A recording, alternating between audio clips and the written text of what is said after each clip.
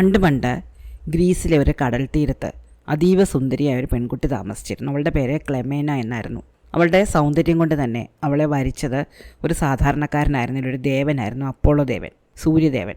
അവൾക്ക് അദ്ദേഹത്തിൽ നിന്ന് ഒരു മകനുണ്ടായി. അവൻ്റെ പേര് ഫെയ്റ്റോൺ എന്നായിരുന്നു.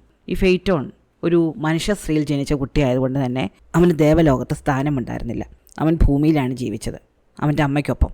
ഒരിക്കൽ അവൻ കടൽ തീരത്ത് സൂര്യനെ നോക്കിക്കൊണ്ട് നിൽക്കുന്നത് അവൻ്റെ അമ്മ കണ്ടു. അമ്മ അവൻ്റെ അടുത്ത് ചെന്നിട്ട് പറഞ്ഞു, മോനെ, അത് നിൻ്റെ അച്ഛനാണ്. കുട്ടി അമ്പരന്ന് പോയി.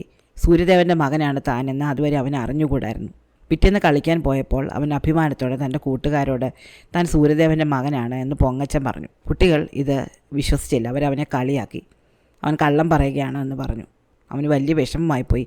അവൻ വീട്ടിൽ പോയി അമ്മയോട് വഴക്കുണ്ടാക്കി. അവസാനം മകൻ്റെ നിർബന്ധം സഹിക്കാൻ വയ്യാതെ അമ്മ കുട്ടിക്ക് സൂര്യദേവൻ്റെ കൊട്ടാരത്തിലേക്കുള്ള വഴി പറഞ്ഞു കൊടുത്തു.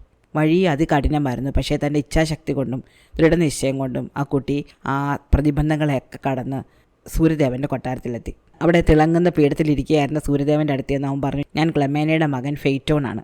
സൂര്യദേവൻ അവനെ ആലിംഗനം ചെയ്തു, തെരെ ഉമ്മ വെച്ചു. എന്തിനാണ് ഇത്ര കഷ്ടപ്പെട്ട് ഇങ്ങോട്ട് വന്നത് എന്ന് ചോദിച്ചപ്പോൾ അവൻ പറഞ്ഞു, എൻ്റെ കൂട്ടുകാരനെ കളിയാക്കുന്നു, ഞാൻ അങ്ങയുടെ മകനല്ല എന്നാണ് അവർ പറയുന്നത്. അപ്പോൾ സൂര്യദേവൻ ചോദിച്ചു, അവരുടെ പറച്ചിൽ മാറ്റാൻ എനിക്ക് എന്ത് ചെയ്യാൻ പറ്റും? ഞാൻ നിനക്ക് വേണ്ടി എന്ത് ചെയ്തു തരണം?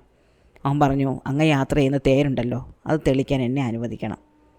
സൂര്യദേവൻ പറഞ്ഞു, അത് സാധ്യമല്ല, ആ കടി ഞാൻ കൈമാറാൻ പാടില്ല എന്നുണ്ട്. പക്ഷേ ഫെയ്റ്റോൺ നിർബന്ധം പിടിക്കാൻ തുടങ്ങി. അവന് തൻ്റെ കൂട്ടുകാരൻ്റെ മുന്നിൽ തൻ്റെ അഭിമാനം ഉയർത്തിപ്പിടിക്കേണ്ടതുണ്ടായിരുന്നു. അവസാനം സൂര്യദേവൻ സമ്മതിച്ചു. അവനോട് പറഞ്ഞു, നീ തേര് തെളിച്ചോളൂ, പക്ഷേ ഒരു കാര്യമുണ്ട്, നീ കടിഞ്ഞാണ് ഒരുപാട് മുറുക്കിയും പിടിക്കരുത്, ഒരുപാട് അയച്ചും പിടിക്കരുത്, കുതിരകളെ ഹിംസിക്കരുത്. തേരിനൊരു സഞ്ചാരപാതയുണ്ട്, ആ പാത വിട്ടു പോകരുത്. ആ പാതയ്ക്ക് താഴേക്ക് പോവുകയാണെങ്കിൽ നക്ഷത്രങ്ങൾക്ക് കേടുപാട് പറ്റും, മുകളിലേക്ക് പോവുകയാണെങ്കിൽ മേഘപാളുകൾ ഉരുവും. ഇതൊക്കെ ശ്രദ്ധിച്ച് വേണം. അങ്ങനെ ഇതെല്ലാം സമ്മതിച്ചിട്ട് ഇവൻ ഈ തേര് തെളിക്കാൻ വേണ്ടി കയറി. കടിഞ്ഞാണ് വലിച്ചപ്പോഴേ കുതിരകൾക്ക് മനസ്സിലായി ആൾ മാറിയെന്ന്. അവർ കുതിച്ച് പാഞ്ഞു. തേരിൻ്റെ ഗതി മാറി. സഞ്ചാരപാതയിൽ നിന്ന് വിട്ട് താഴേക്ക് പോയി. നക്ഷത്രങ്ങൾക്ക് കേടുപാട് പറ്റി. ഭൂമിയിലെ മലകൾ പോലും നിന്ന് കത്തി. മരങ്ങൾ മുഴുവൻ കരിഞ്ഞു പോയി. അങ്ങനെയാണ് സഹാറ മരുഭൂമി ഉണ്ടായെന്നാണ് പറയുന്നത്. ഭൂമിയിൽ കറുത്ത വർഗ്ഗക്കാരുണ്ടായതും അങ്ങനെ തന്നെയാണ്. എന്തായാലും ഇക്കാര്യം അറിഞ്ഞ ദേവേന്ദ്രനായ സിയൂസ് അപ്പോൾ തന്നെ തൻ്റെ വജ്രായുധവുമായിട്ട് വന്നു. ഇടിമിന്നലേറ്റ് ഫെയ്റ്റോൺ കത്തിക്കരിഞ്ഞ് താഴെ വീണു. കുതിരകൾ കെട്ടഴിഞ്ഞ് 4 പാടിയൊക്കെ ഓടിപ്പോയി. അന്ന് അർദ്ധരാത്രിയിൽ സൂര്യൻ അസ്തമിച്ചു.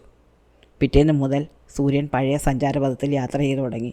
ഫെയ്റ്റോണിനെ ഓർത്ത് അവൻ്റെ അമ്മ ക്ലെമേന കണ്ണുനീർ വാർത്തു.